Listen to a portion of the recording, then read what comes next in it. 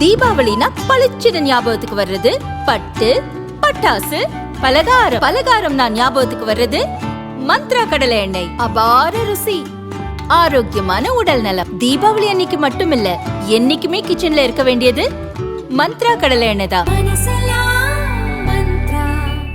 Welcome to Ratna Fan House Sparkling New Year Sale. December 31 முதல் ஜனவரி 4 வரை 5 நாட்களுக்கு மட்டுமே. Sparkling New Year Sale. Ratna fan house, Rajabathar street, T நகர்.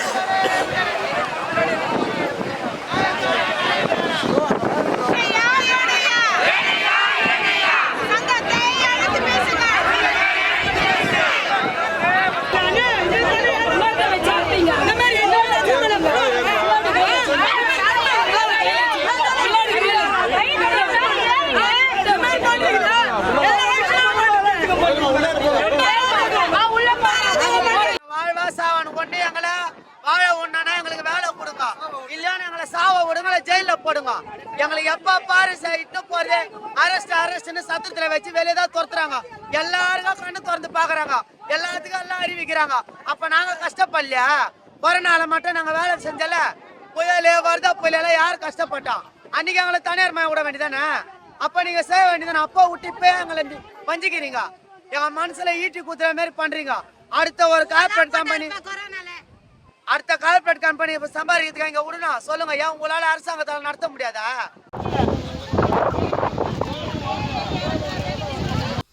தனியார் மயம் எதிர்ப்பு மற்றும் பணி நிரந்தரம் கோரி சென்னை மாநகராட்சி தூய்மை பணியாளர்கள் 158 நாளாக போராடி வருகின்றனர். அதன் ஒரு கட்டமாக இன்று எழும்பூர் அருகே கூவமாற்றில் இறங்கும் போராட்டத்தில் ஈடுபட்டனர்.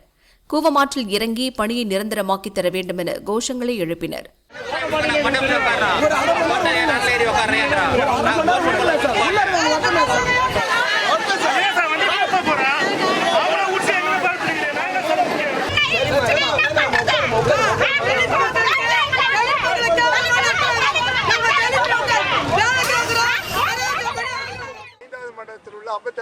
தூய்மை பணியாளர் 8ஆம் மாசம் 1ஆம் தேதிக்கு மேல எங்களை பணி மறுக்கப்பட்டு தனியார் மயமான ராக்கி கிட்ட எங்களை ஒப்படைச்சிட்டாங்க. எங்களுடைய பணி நிலைமை வேண்டி நாங்க இங்க நிக்கிறோம். எஸ்சி எஸ்டி தலித் மக்கள் பரஜாதி இனத்தை சேர்ந்தவங்க நாங்க. இப்ப நீங்க பாத்தீங்கன்னா மருத்துவத்துறையில செவிலியர் சுப்பிரமணியம் அவர்கள் செவிலியருக்கு பணி நிரந்தர சொல்றாங்க. இப்போ டீச்சர்ஸுக்கு அன்பில் பொய்யாமொழி மகேஷ் அவர் அவங்க பணி நிரந்தர சொல்றாங்க. இப்ப எங்க துறை அமைச்சர் கே நேரு எங்களோட பேசணும். எங்களுக்கு பணி நிலைமையில எங்களுடைய வேலை எங்களுக்கு வேண்டும். தமிழ்நாடு முதல்வர் எங்களை தலையிடணும்.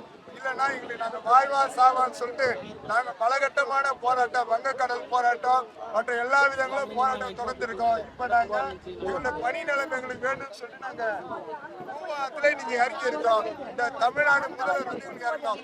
இப்போ பழைய பென்ஷன் திட்டம் தரேன்னு சொல்லி 20 வருஷம் இந்த பென்ஷன் திட்டத்தை தரேன்னு சொல்லி அறிவிச்சிருக்கிறாங்க. ஆனா இன்னைக்கு நாங்க பார்த்தோன்னா எங்களுக்கு முழு சம்பளம் ஒரு வருஷத்துக்கு 48 கோடி தான் வரும். ஆனா இப்ப பாத்தீங்கன்னா 13,000 கோடி கிட்ட பென்ஷன் தரேன்னு சொல்றாங்க.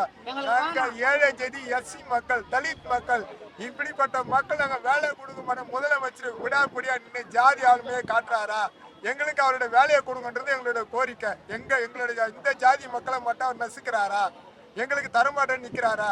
எங்களுடைய வேலை எங்களுக்கு வேணும்னு சொல்லிட்டு நாங்க இந்த இடத்துல நிக்கிறோம். முதல்வர் தலையிடணும். கே நேரு எங்கள்கிட்ட அமைச்சர் எங்களோட பேச 6 மாசமா வேலை இல்லாத நாங்க எத்தனையோ அறவழியில போராட்டம் பண்ணிட்டு வரோம். ஆனா மீறியும் தனியார் மயத்தை கொடுத்து எங்களோட வாழ்க்கைய தன்னந்தனி காட்டுல ஒரு தனிப்பட்ட மரமா தனிச்சு விடப்பட்டுட்டோம். நாங்க ஏழைப்பட்டோங்க ஐயா. நாங்க கேக்குறது சேலை வெட்டி கேட்குறோம் ஐயா. நாங்க வேலை வெட்டி தான் ஐயா கேட்குறோம். எங்களுக்கு கருணை உள்ள கொண்டு எங்களை மீண்டும் நாங்க எப்படி பணி வேலை செஞ்சுன்னு வந்தோமோ அதே இடத்துல எங்க பணி நிலைமையை கொடுங்க ஐயா. நாங்க இருக்காரும் கூப்பி கேட்குறோம் ஐயா. நான் வாழ்வதா சாவதா நாங்க நிக்கிறோம் ஐயா. நான் தத்தளிக்கிறேன். நாங்க கம்மால நிக்கல, இந்த கூவா நதியில நிக்கிற ஏழைப்பட்ட மக்களுக்கு நீங்க தான் ஐயா பார்த்து ஒரு கருணையோட ஒரு நல்ல முடிவை சொல்லுங்க. முதலமைச்சர் இந்த பிரச்சனையில தலையிட்டு எங்களுக்கு மீண்டும் எங்க பணி கொடுங்க ஐயா. இது ஒரு நாள் 2 நாள் நாங்க 6 மாசமா எவ்வளவோ போராட்டம் நடத்திட்டு அப்போ கூட எங்களை இன்னான்னு கூட ஒரு என்ன சொல்லுவாங்க, நாய்க்கு இருக்கிற மரியாதை கூட எங்களுக்கு கிடையாது.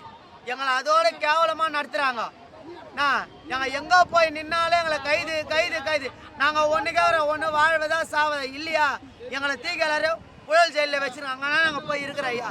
எங்களுக்கு எங்க வேலை கொடுங்க ஐயா. எங்க வேலை கட்ட நாங்க காட்டி எங்களை அரெஸ்ட் பண்றாங்க. 6 மாசமா வேலை இல்லாத இருக்கிறோம். நாங்க வாடகை கட்ட முடியாது. எங்க வேலை நாங்க கேட்கறோம். வேற என்ன கேட்கறோம் நாங்க? என்ன ஓட்டு போடுறதுக்கு வர வச்சு கேப்பாடு வச்சு கேட்கறதுக்கு இந்த 4 பேரை அரெஸ்ட் பண்ண எங்களை அரெஸ்ட் பண்றாங்கல்ல. இந்த முதலமைச்சர் பார்த்து காதுல கேட்கறாருல்ல, வந்து மூச்சு பண்ணலாம்ல. எங்களுக்கு ஒரு கைது போடுறதுன்னா இதை போது அவருக்கு ஏழைங்க ஜனங்களை பார்த்துட்டு போலீசார் அவர்களை வலுக்கட்டாயமாக கைது செய்து அங்கிருந்து அப்புறப்படுத்தினர்.